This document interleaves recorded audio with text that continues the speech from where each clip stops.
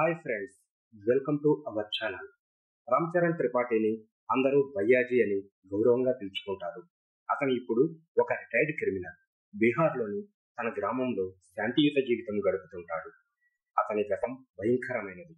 కానీ ఇప్పుడు అతను హింసను వదిలేసి తన కుటుంబంతో సాధారణ జీవితం ప్రయత్నిస్తుంటాడు. అయితే ఒక చిన్న వాగ్వాదం అతని సోదరుడిని దారుణంగా చంపేస్తుంది. దీని వెనుక ఒక శక్తివంతమైన గుజ్జర్ మాఫియా ఉందని తెలుస్తుంది.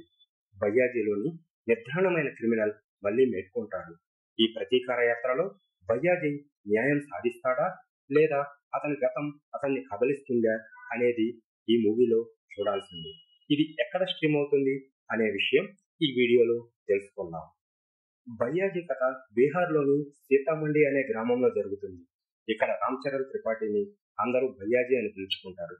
తన తల్లి సవితి సోదరుడు వేదాంతతో ప్రశాంతమైన జీవితం జీవిస్తుంటాడు. భయ్యాజీ ఒకప్పుడు భయంకరమైన క్రిమినల్. గ్రామంలోని అతనికి సింహం చిహ్నం గుర్తుగా ఉంటుంది. కానీ అతని తండ్రి మరణం తర్వాత హింసను వదిలేసి శాంతియుత జీవితాన్ని ఎంచుకుంటాడు.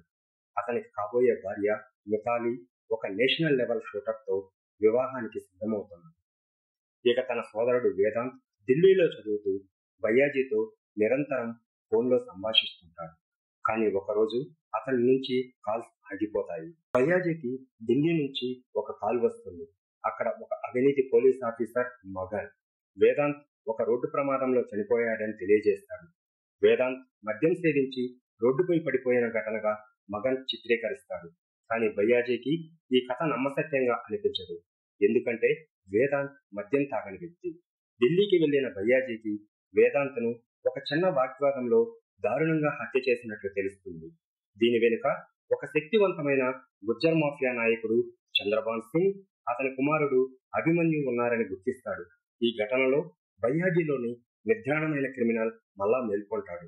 అతను తన సన్నిహిత సహచరులతో కలిసి ప్రతీకార యాత్రను ప్రారంభిస్తాడు. చివరికి భయ్యాజీ ప్రతీకారం తీర్చుకుంటాడా, వేదాంతిని ఎందుకు చంపారు అనే విషయాలు ఈ సినిమా చూసి తెలుసుకోవాల్సిందే.